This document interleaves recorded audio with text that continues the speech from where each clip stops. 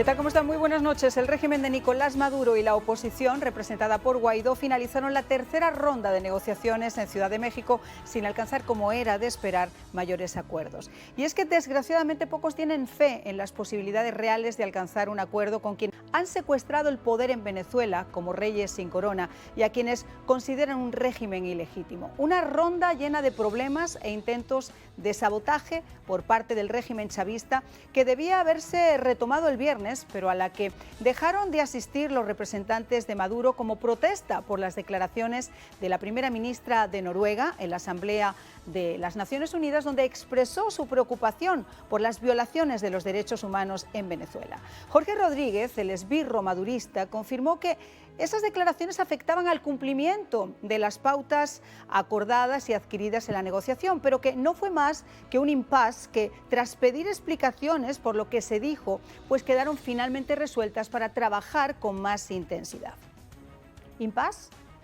¿Cómo es posible que Noruega se justifique o se vea obligado a enviar un comunicado en el que reitera su compromiso de trabajar como facilitador imparcial sin mantener su condena de violaciones sistemáticas a los derechos humanos? Miren ustedes, lo cortés no quita lo valiente. El papel de mediador es una cosa, cerrar los ojos ante la crueldad de las evidencias otra muy distinta. Quizá por eso hay quienes tememos o tenemos tan poca fe en la hipocresía de los organismos internacionales. Palabras, críticas, denuncias y pocas acciones reales de condena contra estos regímenes ilegítimos y dictatoriales que, al igual que en Cuba y en Nicaragua, niegan la palabra, el pan y la democracia a sus pueblos. Quizá por eso hay quienes se oponen a participar en un circo con un gobierno de pillos buscados por la justicia internacional y que tienen además la desfachatez de pasearse como Pedro por su casa y mentir como bellacos desde un estrado, ante los ojos atónitos y complacientes de los líderes del mundo. ¿Vería escuchar a la marioneta de Díaz-Canel dando lecciones de civismo o al iletrado con ínfulas de Séneca de Maduro hablar de imperialismo y de las bondades del socialismo? Solo puede generar asco. En realidad sería para reírse a carcajadas, de no ser porque estos burros que hablan de orejas siguen teniendo lamentablemente el destino de muchos inocentes en sus manos. Al final tuvieron que ser ellos, los que gobiernan en países que se suponen pequeños. Mario Abdo Benítez, presidente de Paraguay, y Luis Alberto Lacalle Pou, presidente de Uruguay, quienes demostraron en la cumbre de la CELAC la grandeza de unos valores que exigen la defensa constante frente a los suplicios y abusos sistemáticos de dictadores que encuentran en buena parte de sus vecinos una tolerancia intolerable. Benítez lo dijo alto, claro, bajo ninguna circunstancia está dispuesto a aceptar el reconocimiento del régimen venezolano. No hay ningún cambio de postura de mi gobierno y creo que es de caballeros decirlo de frente, dijo. Lacalle Pou, con otras palabras, lanzó el mismo mensaje y recordó la letra de la canción que más daño hace a los tímpanos de Díaz-Canel: que no siga corriendo la sangre por querer pensar diferente. ¿Quién les dijo que mi Cuba es de ustedes, si mi Cuba es de toda mi gente? Así comienza El Espejo.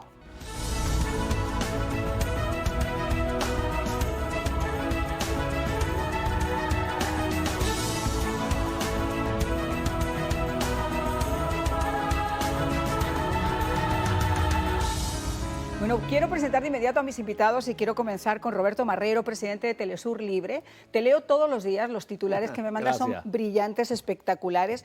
Yo me imagino, mi querido Roberto, que cuando uno pasa por lo que estamos viendo ahora mismo con Venezuela, con ese, como digo yo, iletrado, con ínfulas de Séneca, tomando el mando y ordenando y tratando de hacer movimientos para de alguna forma escaparse hasta de la justicia, para personas como tú que lo han vivido en carne propia tiene que ser muy difícil, ¿verdad? Sí, bueno, Dios te bendiga, gracias por la invitación. Qué fuerte lo de iletrado con una ínfula de Séneca. Es que lo es. Cuando tú quieras ofender, lo logras. Pero con guante blanco, ¿no? Sí, lo que pasa es que para ese señor ese insulto quizás no lo entienda, porque no sabe quién es Séneca. Pero bueno, se lo explicaremos. Iletrado. Sí. Creo que iletrado sí lo entiende, pero no. Qué broma, vale. Qué tristeza. Bueno, de verdad que es complicado el tema y es bien doloroso estar dirigida a un país tan importante como Venezuela por semejante persona, ¿no? Pero es un poco lo que buscan. Acuérdate que Venezuela está tutelada por el régimen cubano. Esa es la realidad, pues. O sea, ahí no hay un gobierno, hay una franquicia del régimen cubano. Y por eso es que cuando estabas haciendo la introducción hablaste de las palabras de Lacalle Pou y quizás lo del presidente de Paraguay, muy bonito, y lo del presidente de Uruguay también, pero qué bueno que citen la letra de esa canción. Exacto. Patria y Vida es una canción que le queda muy bien a Cuba, le queda muy bien a Venezuela y a Nicaragua, y donde quiera que no haya democracia, quizás ese es el lema.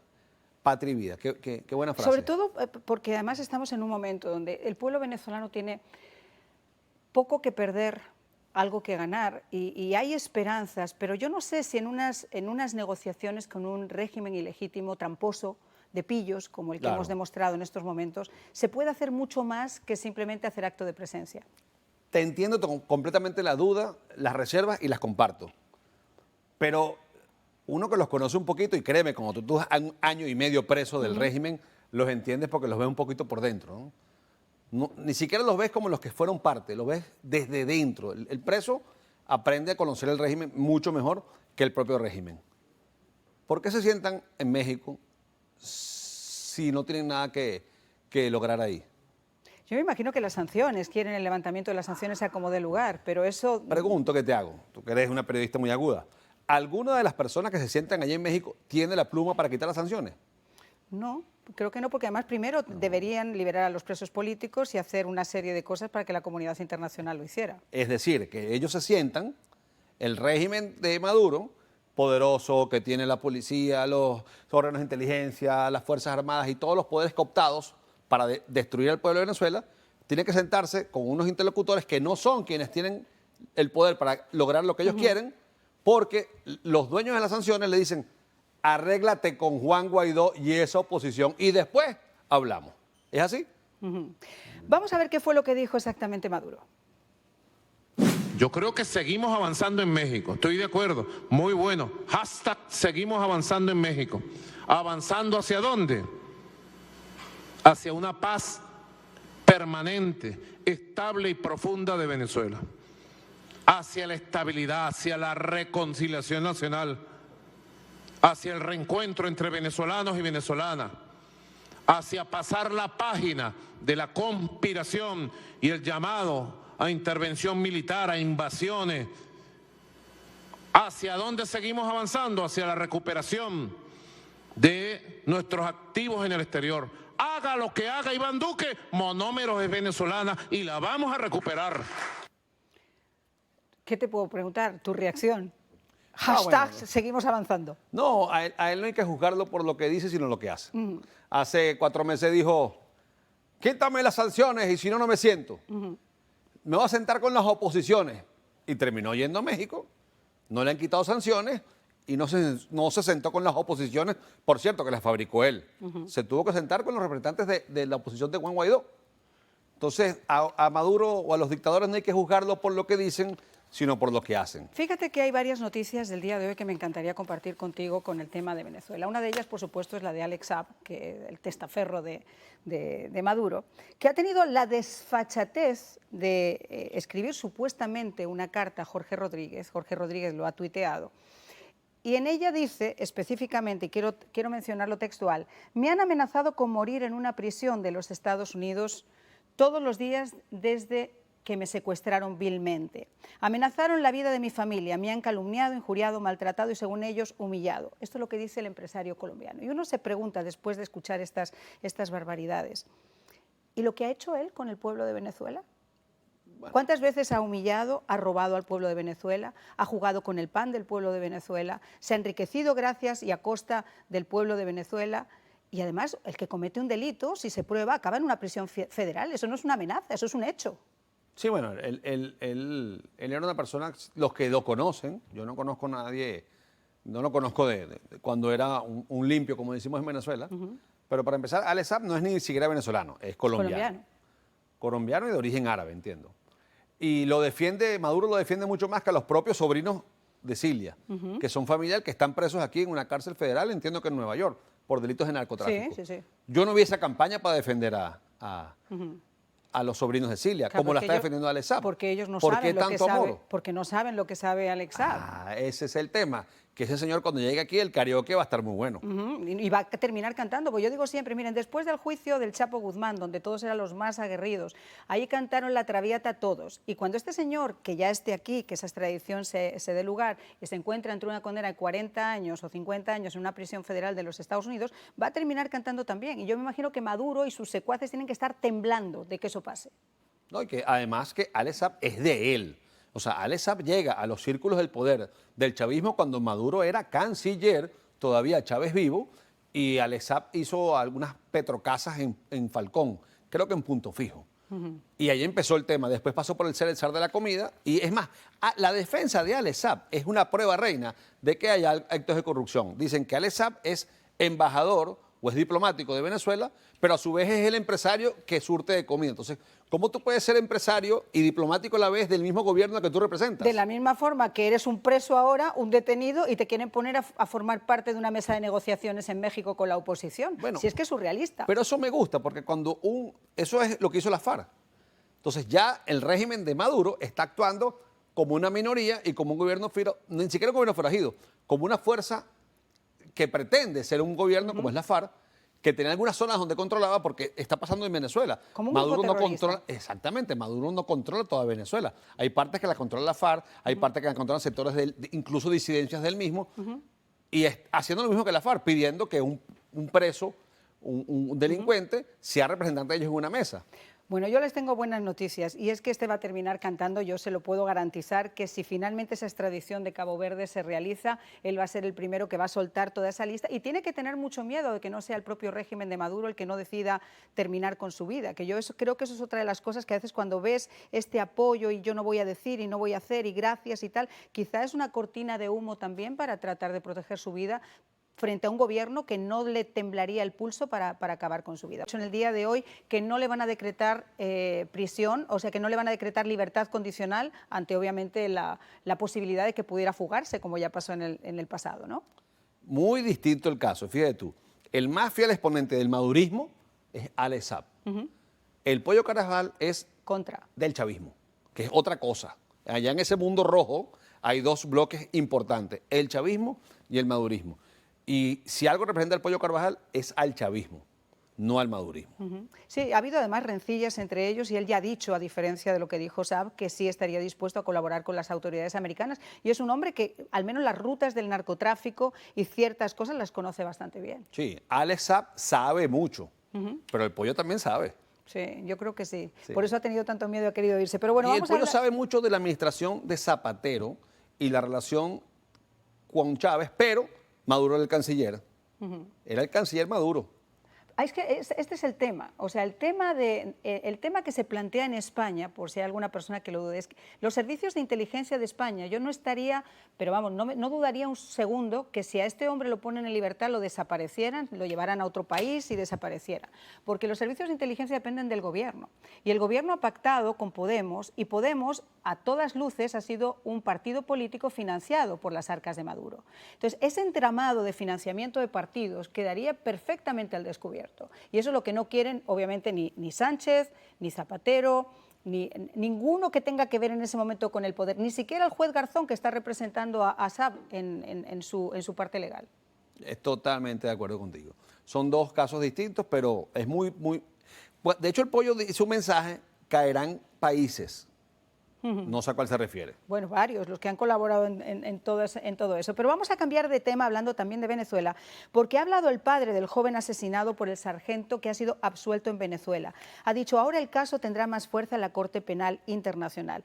David Valenilla, que lo están viendo ustedes en sus pantallas, en el año 2017 fue asesinado por el sargento Arly Clui Méndez Terán.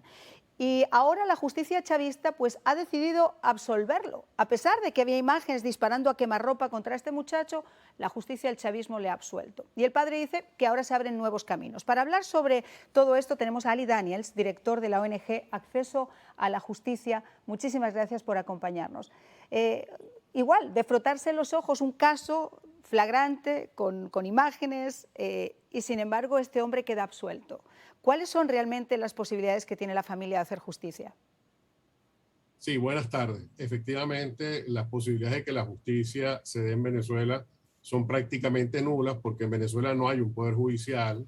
El informe de la misión de determinación de hechos confirmó que en Venezuela no hay jueces, sino funcionarios que cumplen órdenes, y la mayor demostración, pese a todo el maquillaje que desde la Fiscalía venezolana se ha pretendido hacer de la justicia, en realidad el caso como el de joven David Vallenilla, cuyo asesinato presenciamos en vivo y en directo millones de venezolanos, ahora se nos dice que no hay pruebas para, de acuerdo con la juez, para que se pueda condenar al sargento de la Guardia Nacional que fue imputado.